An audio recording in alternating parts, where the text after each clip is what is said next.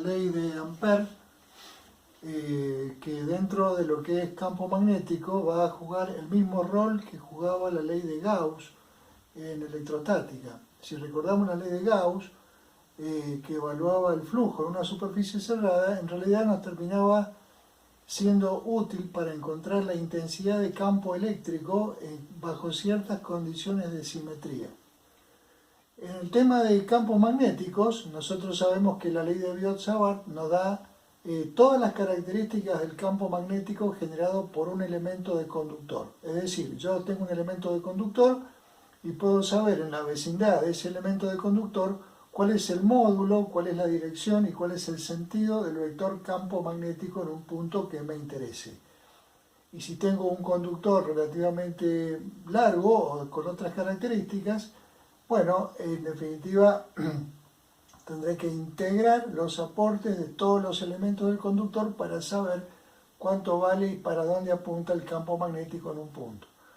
Pero la ley de Ampère tiene un procedimiento más sencillo y me permite, una vez conocido o evaluado la dirección y sentido del campo magnético, evaluado a través de los conceptos de la ley de Biot, esta ley de Ampère nos va a permitir acceder con mayor facilidad a la intensidad de campo magnético, ¿sí? al módulo del vector B, bajo ciertas condiciones de simetría. Entonces veamos de qué se trata. La ley de Ampère me dice que la integral de línea cerrada, la integral cerrada de diferencial L, está haciendo referencia a una línea que se cierra sobre sí misma. La integral del producto punto entre el vector campo y el vector diferencial de trayectoria de esta línea es igual a la constante μ0 por la corriente encerrada por dicha trayectoria, ¿sí? Es decir, yo puedo tener una corriente, un cablecito por el cual tengo una corriente entrante, la dibujo con una flechita, con una crucecita, perdón.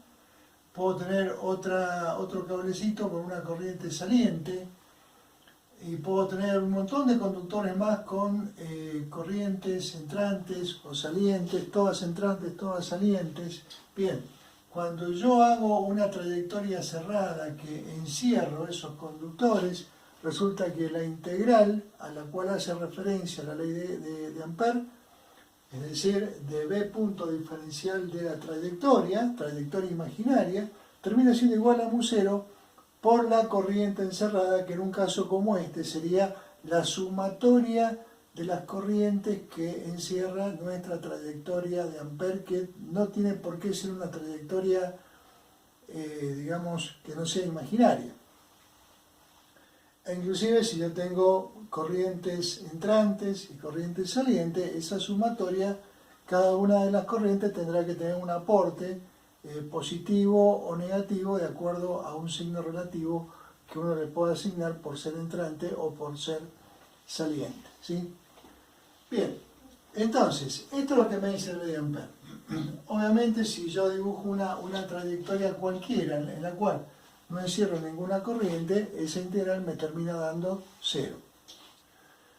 Bien, por ejemplo, si yo tengo una trayectoria cerrada, ¿sí?, a través de un conductor por el cual circula una corriente I, le he dibujado un puntito como que es una corriente que está saliendo del pizarrón.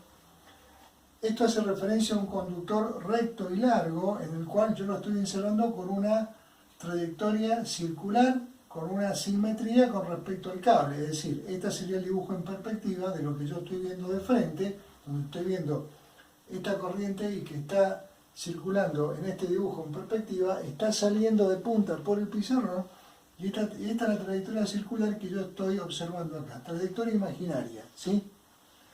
Bien. Si yo pienso en la expresión de la ley de Ampère, yo tengo que en un punto cualquiera de la trayectoria, el diferencial de L, el diferencial de trayectoria, va a ser un pequeño vector tangente a la circunferencia, ¿sí? Y el campo magnético en el punto también va a ser paralelo a ese diferencial de L, dado que el campo magnético de acuerdo a lo que hemos visto en la ley de Biot, va a ser perpendicular al radio de curvatura de esta trayectoria circular.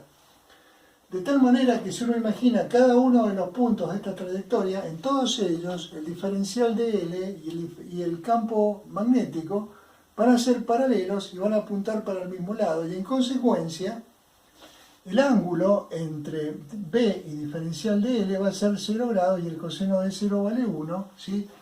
Y entonces, de acuerdo a esta trayectoria de integración que tiene una simetría especial con respecto al conductor, resulta que el producto punto deja de ser un problema porque el ángulo siempre va a ser 0. Por otro lado, la magnitud del campo magnético, que yo presupongo que al estar en cada uno de los puntos de la trayectoria a la misma distancia del conductor va a tener la misma magnitud, en consecuencia yo puedo sacar el campo magnético o la magnitud del campo magnético por fuera de la integral, y lo que me queda es la integral del diferencial de L. Y la integral del diferencial de L de una trayectoria de forma de circunferencia es 2pi por el radio. Entonces B por 2pi por el radio, me queda en definitiva este primer miembro de la ley de Ampère, termina siendo igual a mu0 por la corriente encerrada, de donde yo puedo despejar y deducir la intensidad de campo magnético a una distancia r de un conductor recto y largo por el cual está circulando una corriente. Esta expresión de campo también pudo ser alcanzada cuando vimos la ley de Biot. Digamos, es obviamente la misma expresión final, pero hay que rescatar la sencillez con la cual yo puedo llegar a la intensidad de campo magnético cuando yo elijo una trayectoria de integración con una simetría adecuada a mi problema. No obstante, si yo quiero comprobar la ley de Ampère, no necesariamente la trayectoria tiene que tener una simetría especial. La ley de Ampère, para un caso como este, se debería cumplir aún cuando la trayectoria de integración no es esencialmente una circunferencia.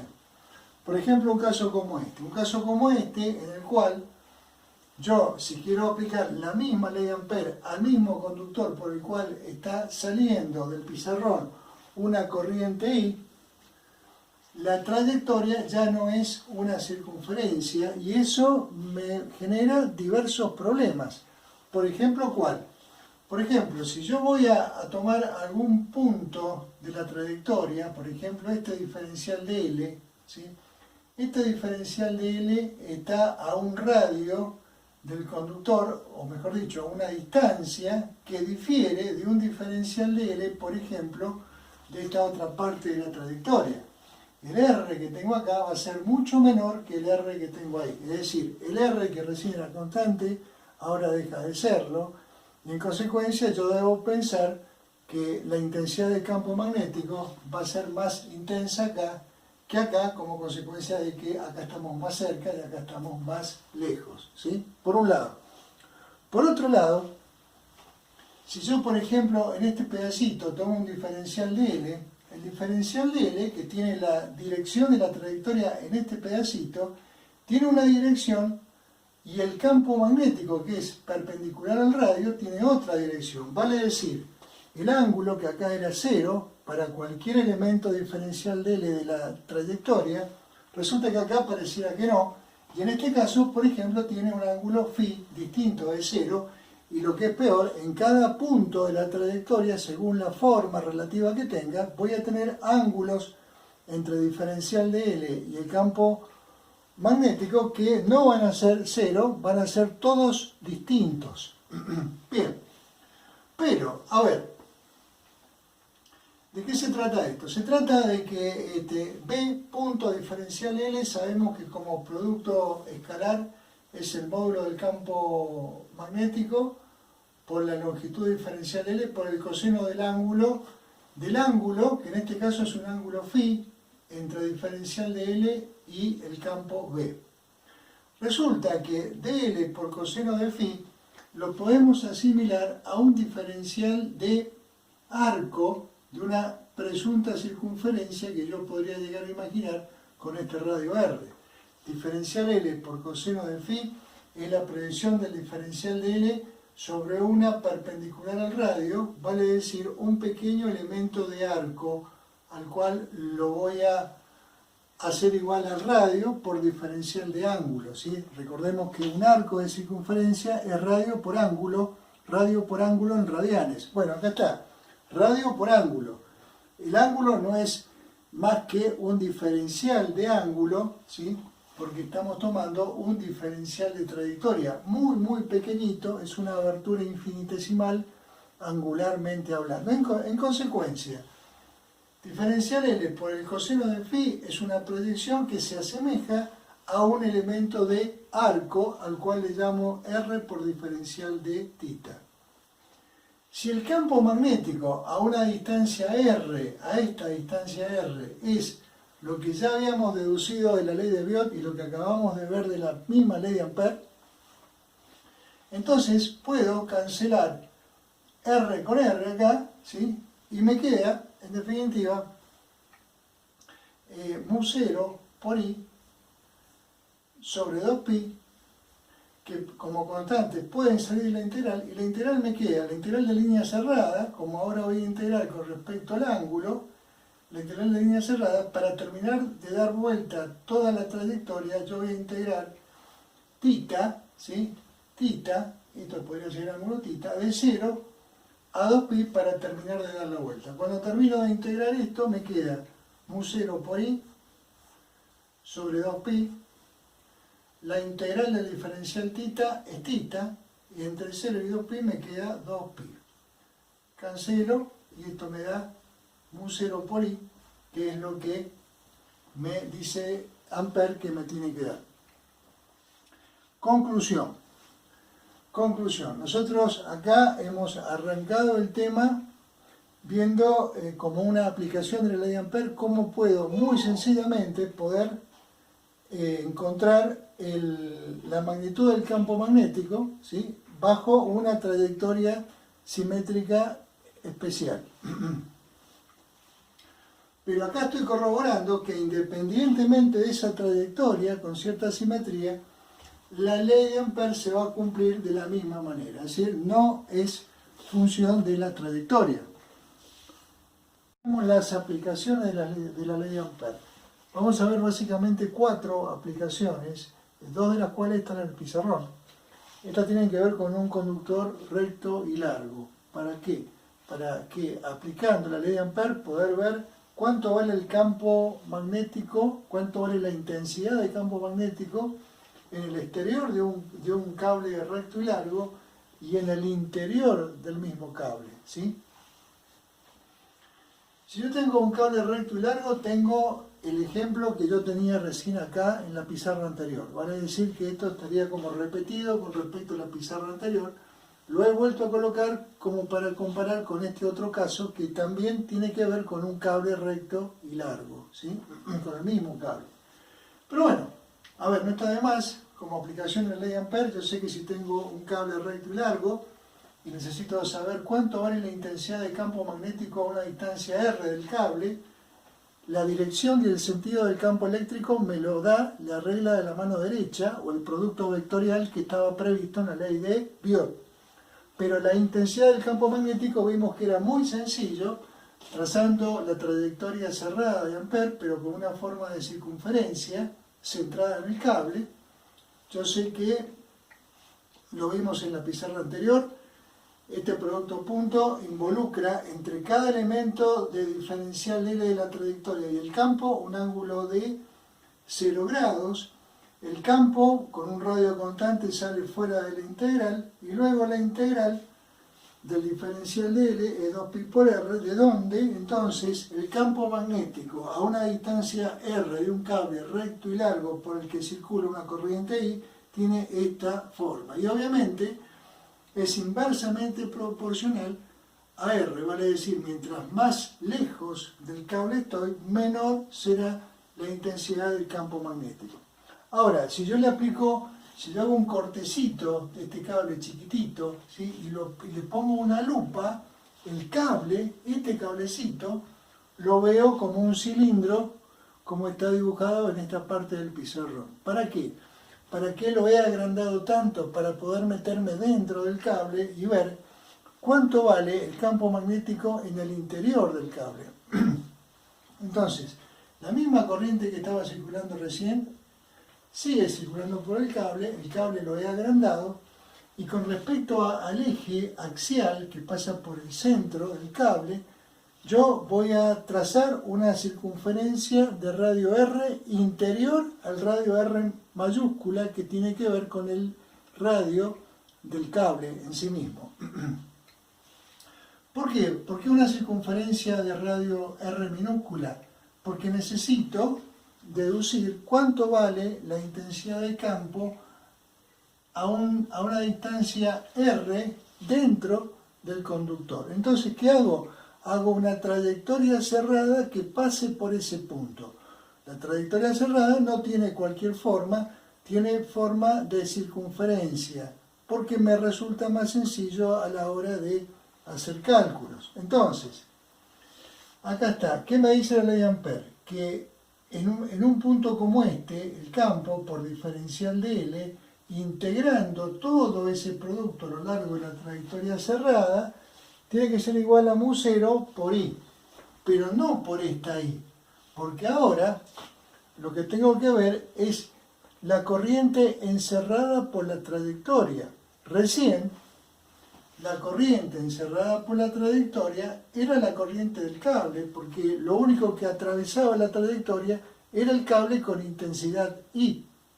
Pero ahora, como la trayectoria está dentro del cable, mi trayectoria de Ampère está encerrando parte de la corriente que está circulando por todo el seno de este cable. En consecuencia, cuando yo tengo que ver cuál es la corriente encerrada por esta trayectoria de Ampère, me tengo que valer de lo que habíamos definido como densidad de corriente, ¿sí? ¿Por qué? La densidad de corriente que tiene este conductor es amper sobre metro cuadrado. Cuando yo la densidad de corriente la multiplico por el área, ¿cuál área? El área encerrada por la trayectoria de Ampère, esta área interior. Cuando la densidad de corriente la multiplico por ese área, entonces estoy separando, estoy discriminando, estoy tomando en cuenta solamente la parte de corriente que está atravesando esta circunferencia imaginaria de Ampère. Entonces, densidad de corriente por ese área me estaría dando esto, la corriente encerrada por la trayectoria de Ampère. Ahora, ¿cómo calculo J? Vale decir la densidad de corriente. Bueno, la densidad de corriente va a ser la corriente total que era I, sobre el área total. El área total de este cable es pi por radio al cuadrado, radio mayúscula al cuadrado, el radio total del cable. Entonces, pi por radio mayúscula al cuadrado es el denominador que me permitiría sacar la densidad de corriente del cable. Entonces, esto es J, y J multiplicada por el área específica que está encerrando mi trayectoria de Ampère me da la corriente encerrada que pasa por esta parte del cable. Cuando yo simplifico y despejo el campo magnético, resulta que el campo magnético en el interior del conductor es igual a todo esto que termina siendo una constante, mu0, la corriente, 2pi, el radio al cuadrado, y termina siendo función de R, vale decir, del radio al cual yo pretendo medir el campo magnético, es decir, es una función lineal del radio. A mayor radio, mayor campo. ¿Está bien? Porque si yo voy tomando mayor radio dentro del cable, cada vez voy encerrando mayor cantidad de corriente y en consecuencia voy, digamos, aportando mayor corriente para conseguir mayor campo. Entonces, con respecto al centro del cable, si me muevo dentro del cable,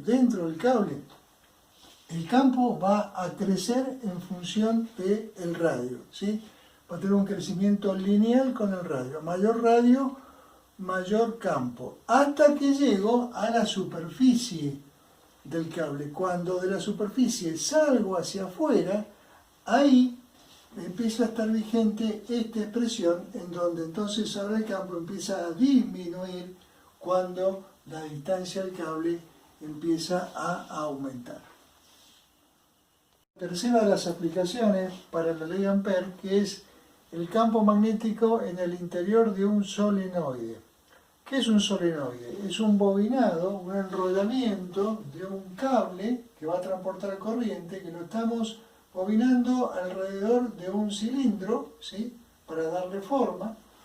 Entonces, como que yo tengo una espira circular a continuación de otra, y a continuación de otra y de otra, porque es el mismo cable que se va enrollando, ¿sí?, que más allá del dibujo, con lo cual en general se grafica un solenoide, la realidad es que entre un cablecito y el cablecito al lado están prácticamente tocándose, están muy muy juntos, por lo cual el cable tiene que estar aislado para no tocarse consigo mismo, ¿sí?, en las distintas vueltas, distintas espiras, y permitir que la corriente vaya dando vuelta y vaya describiendo una trayectoria en principio circular, una detrás de otra. Eso es un solenoide, ¿sí?, un enrollamiento muy muy largo. Bien, si yo hago circular corriente por el solenoide, lo que estoy haciendo es pensando en que cada una de las vueltas del solenoide estaría representando una espira circular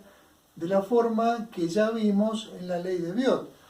Entonces, recordemos que si yo en la ley de Biot tenía una espira, una vuelta, un alambre, un cable por el cual circulaba una corriente, y de esta manera yo tenía en el interior un campo magnético. Si la corriente está circulando así, el campo magnético era entrante; si la corriente circula en sentido contrario, el campo magnético sería saliente. Entonces acá, ¿qué tengo? Tengo la misma situación, pero una detrás de otra, ¿sí? Entonces, ¿qué tengo? Tengo un solenoide. Bien, ¿cuál es la intensidad de ese campo magnético en el interior de un solenoide? El campo magnético, cuya dirección y sentido me la va a dar la ley de Biot, pero la ley de Ampère me permite evaluar la magnitud de este vector B. Veamos cómo aplicamos la ley de Ampère.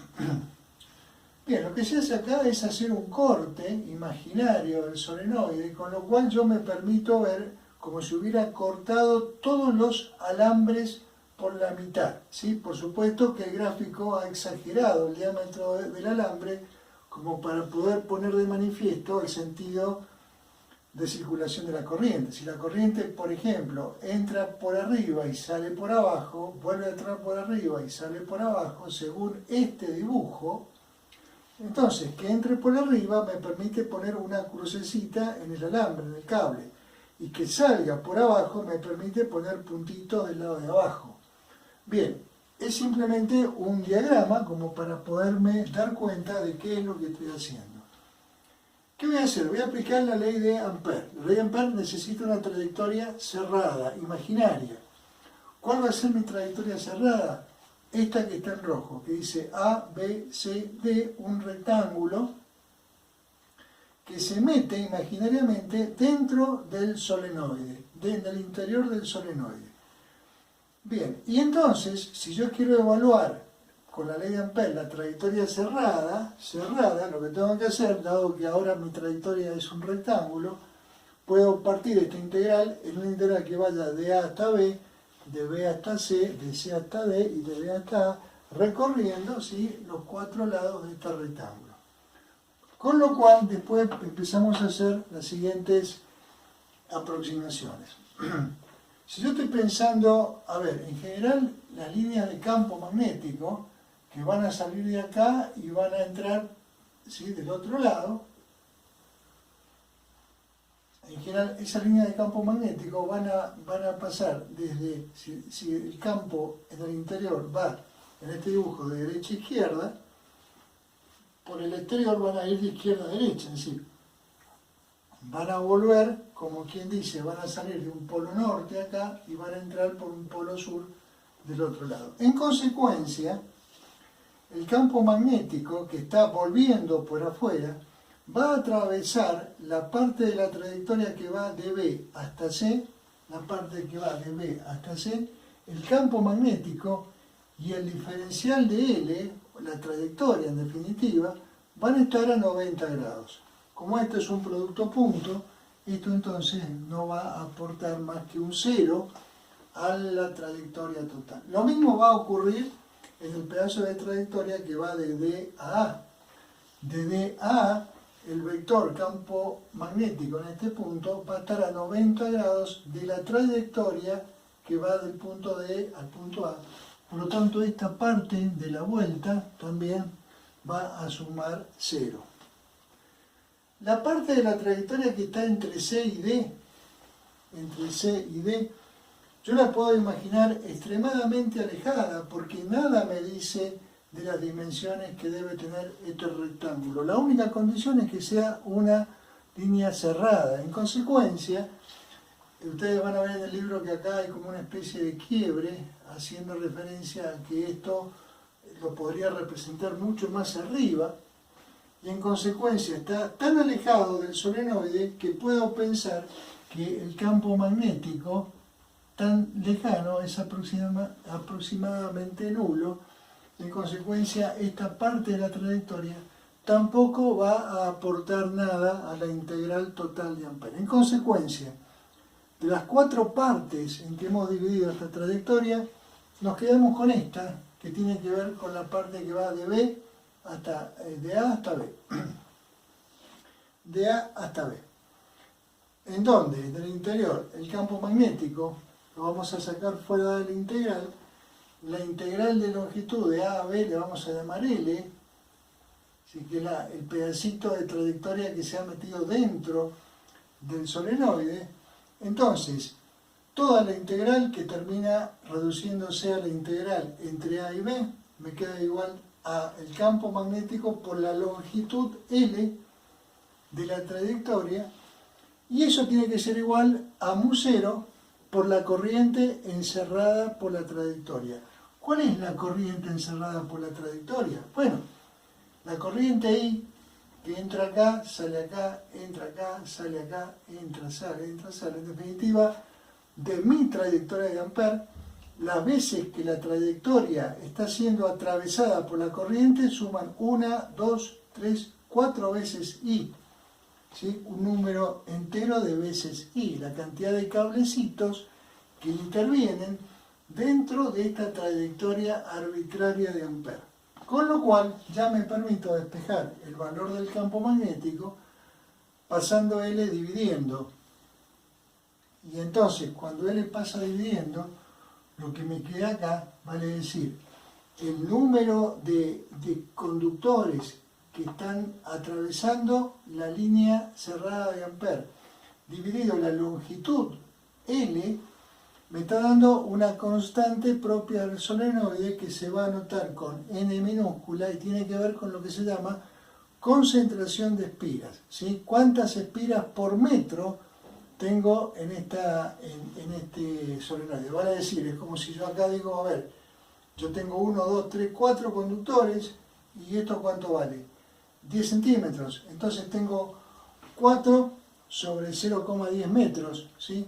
4 sobre 0,10 sería 40 vueltas por metro. Es una medida de la concentración de espiras, de qué tan pegaditas son las vueltas en este solenoide. Y en definitiva llego en consecuencia a establecer el valor del campo magnético en el interior de un solenoide, que va a ser la constante de mu0, la concentración de espira y naturalmente la intensidad de corriente. Vamos a ver de ahora la ley de Ampère con la última aplicación, que tiene que ver con lo que se llama toroide, vale decir, es un bobinado alrededor de una especie de rosca, ¿sí? Como si fuera un solenoide, pero que yo lo voy a doblar y lo voy a juntar, y entonces lo que hago es un arrollamiento, un cable que voy a ingresar y voy a arrollar, voy a dar toda la vuelta a toda la rosca, y en definitiva lo que construyo es un toroide. Y si yo por ese cable o alambre hago circular una corriente, entonces asociado a esa corriente voy a pensar que hay un campo magnético y me voy a ayudar de la ley de Ampère para ver cuánto vale el campo magnético en las distintas regiones que están asociadas a este toroide. Bien, lo mismo que hacíamos recién, para poder analizar vamos a hacer un corte imaginario por la mitad del toroide, tras lo cual estamos como cortando imaginariamente todos los conductores. Acá están todos los conductores cortados, por supuesto que exagerados, porque el cablecito finito que yo estoy cortando acá está mostrado con un círculo importante, en donde yo pongo el puntito del lado donde sale la corriente y la crucecita del lado que entra, ¿sí? Sale por arriba, entra, sale por el interior, en este caso, entra por el exterior, para esta circulación de corriente. Si yo invierto la circulación de corriente, evidentemente sería al revés. Eso no es problema. Entonces, bien, yo voy a pensar que en el interior o en el exterior de este toroide tengo un campo magnético asociado a esta circulación de corriente. ¿Cuánto vale? Lo averiguamos de la mano de la ley de Ampère. Veamos. Supongamos que yo, para aplicar la ley de Ampère, voy a pensar en una trayectoria cerrada sobre sí mismo, y la trayectoria la hago en el interior con un radio menor al radio menor del toroide, ¿sí? Esta sería una trayectoria que le puedo llamar C1. Entonces, con respecto a esta trayectoria C1, voy a aplicar la ley de Ampère, y la ley de Ampère, recordemos que la integral del campo magnético por diferencial de L, producto escalar, me da igual a mu0 por la corriente encerrada por la trayectoria. Como la trayectoria evidentemente no está encerrando ningún cablecito, entonces esto vale 0, ¿sí? Y entonces digo, si el segundo miembro de la integral vale 0, bueno, el campo magnético que yo estoy observando o que yo pretendo calcular deberá valer 0, por lo tanto no tengo campo magnético en esta parte del toroide. Voy a aplicar la misma ley de Ampère, pero con una trayectoria. Voy a borrar esto para limpiar un poquito el dibujo, y voy a pensar en una trayectoria C2. C2, ¿qué es lo que es? Es una trayectoria cerrada, una trayectoria de Ampère, pero que está encerrando todo el toroide, o sea, lo mismo que recién, pero ahora estoy por fuera, por lo tanto ahora sí tengo corrientes encerradas. Pero tomando en cuenta que si yo tengo en la trayectoria de Ampère corrientes que están atravesando esa trayectoria para un lado y corrientes que están atravesando la trayectoria en sentido contrario, esas corrientes estarían sumando con signos contrarios, por lo tanto, por cada corriente que entra, tengo una corriente que sale, y en consecuencia la sumatoria de corrientes vale 0, y otra vez la conclusión es que, así como recién el campo magnético acá adentro era 0, con igual criterio, el campo magnético acá afuera también vale 0. Vale decir, no hemos encontrado intensidad de campo magnético por fuera del toroide. Lo que nos resta es ver en el interior de este toroide. En consecuencia, a ver, vamos a limpiar un poquito el pizarrón con la trayectoria C2 y vamos a pensar ahora en una trayectoria que le podemos llamar C3. ¿Cuál sería C3? Vamos a tomar una trayectoria, una circunferencia, pero con un radio que haga que la trayectoria de Ampère caiga dentro del toroide, en cuyo caso la integral de B diferencial de L es mu0 por el número n de veces I que estoy atravesando la trayectoria de Ampère. ¿Cuántas veces estoy atravesando? Bueno, a ver, 1, 2, 3, 4, 5, 6, 7, 8, 9, 10, 11, 12, 13, 14, 15, es decir, todos los cablecitos que están participando ahora de este corte están sumándose, están todos con los puntitos para el mismo lado.